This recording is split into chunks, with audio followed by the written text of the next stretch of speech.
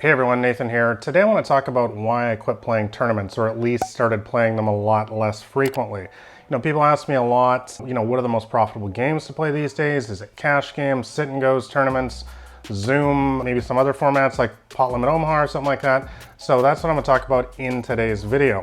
So as most people know, I am primarily a cash game player as it is, but why have I cut back playing tournaments so much? Well, there's a couple reasons why. The biggest one for me is that they're just too time consuming. One of the things that many years ago when I decided to start playing poker professionally, I started traveling the world, I started getting a lot more into fitness and, just having a better social life in general. And so I just don't have time to be sitting around for 6-8 hours in my chair. I kind of call it chained to your chair sometimes in a tournament if you're running deep and you can't get up and just leave. It's always been one of the biggest drawbacks for me with tournaments is that they just take up too much of my days. There's not enough time flexibility.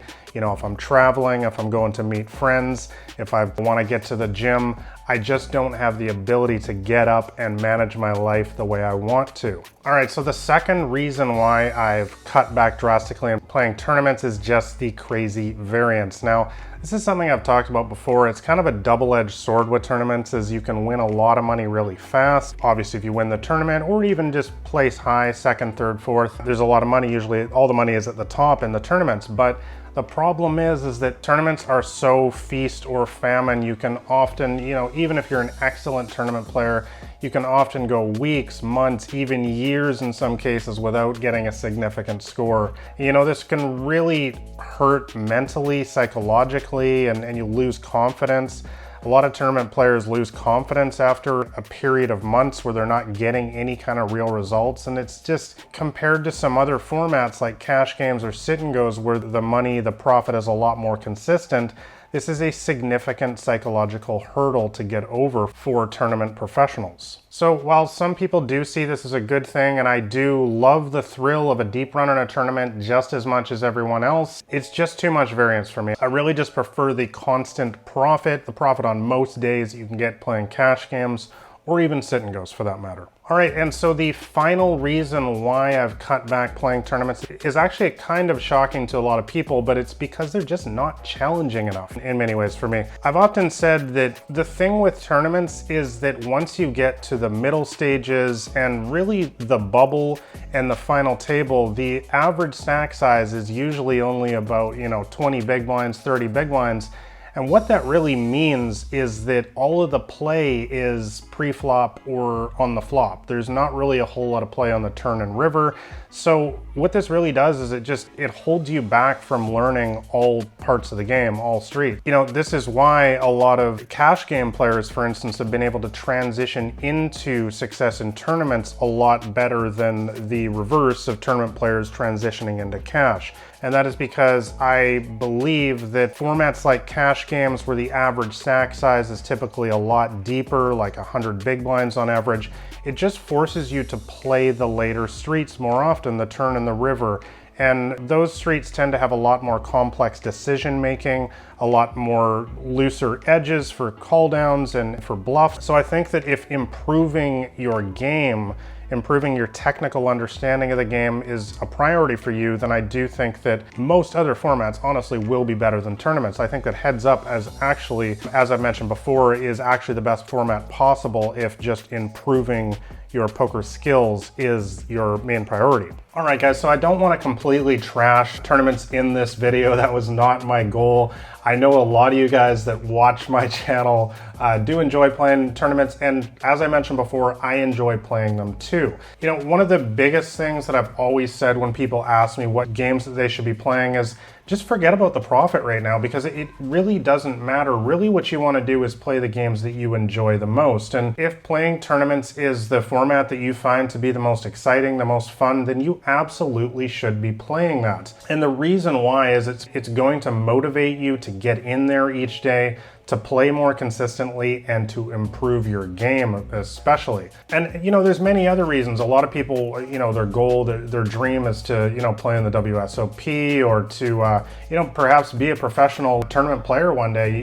It does offer more opportunities for traveling around the world because there's poker tournaments all over the world, in Australia and Europe, America. So I don't want this video to sound like, you know, I'm just totally bagging on tournaments, they're terrible. Honestly, guys, if that's the format that you enjoy playing the most and your goal is to achieve that, the fame and the bracelets and travel in the world, hopefully one day, then you should just play tournaments. And like I said before, I do still play tournaments on the side sometimes. I do think that they are a nice distraction, especially when I'm in a deep downswing with cash games. And absolutely, you know, the thrill of a deep run in a tournament is unlike anything that you can get, I think, in any other format. So I want to end with actually a couple tips here to help you guys out that do play tournaments. And one of my biggest ones that I've mentioned many times before is to play for the win.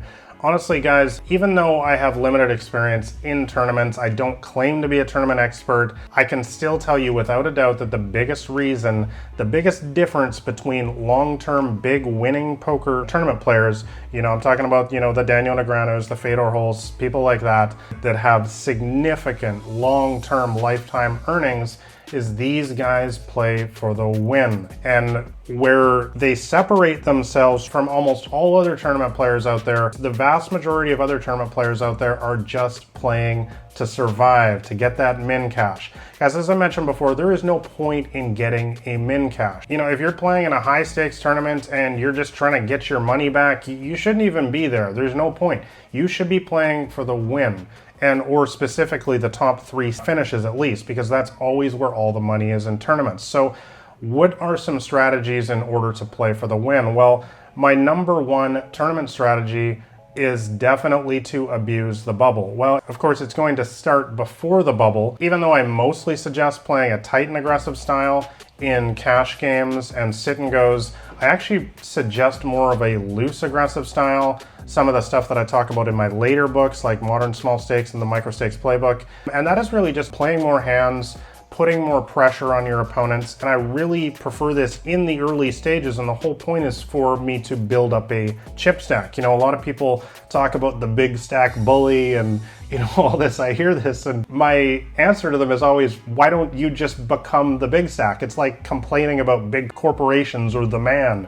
Just go be the man, you know? So chips are power in tournament. When you build them up early in the tournament, that is gonna allow you to apply so much pressure on the short and especially the medium-sized stacks around the bubble and the final table. These are the guys that are sitting in there that they're afraid, you know, they're just trying to get their min cash, exactly what I was talking about avoiding just a few minutes ago. When you build up that big stack, you're gonna be able to just shove on them again and again and again. And it doesn't even matter when they finally wake up with their ace king and call you, because you're still going to have a significant amount of equity, often with your 10-7 suited or whatever, and you've stolen their blinds so many times. Guys, it's so important that you focus on playing a loose aggressive style in tournaments right from the beginning and really abusing your chip stack later on in the tournament, especially around the bubble and the final table when people are playing scared and they don't want to be eliminated and they're all just sitting there folding and waiting for aces. You can absolutely win the tournament during those stages. And for you guys that are tournament players that are watching this, that's my top tip for you guys to start having a lot more success in tournaments. All right, so that's about all I got for this video, guys. But, you know, as always, I want to know what you think. So do you play tournaments? Do you find them to be fun? Do you find them to be exciting? Or are you sort of more like me where you prefer cash games? You've got an active social life, fitness, travel, something like that, and you really need that time flexibility. Or maybe you're into sit and goes or playing a heads up or some other format. Make sure you let me know your thoughts in the comments below. And if you guys enjoy my poker videos here on YouTube, the only thing that I ask is you just shove all in on that like button below. It's gonna help me out, just some more people maybe watch these videos. And also subscribe to the channel if you want to see more poker videos like this. All right, so that's all I got for this one, guys. You know, I got a lot more poker videos on this channel as well. I'll put a couple on the screen here that I think will probably help you guys out. So thanks a lot for watching, guys. This has been Nathan Williams with BlackRain79.com.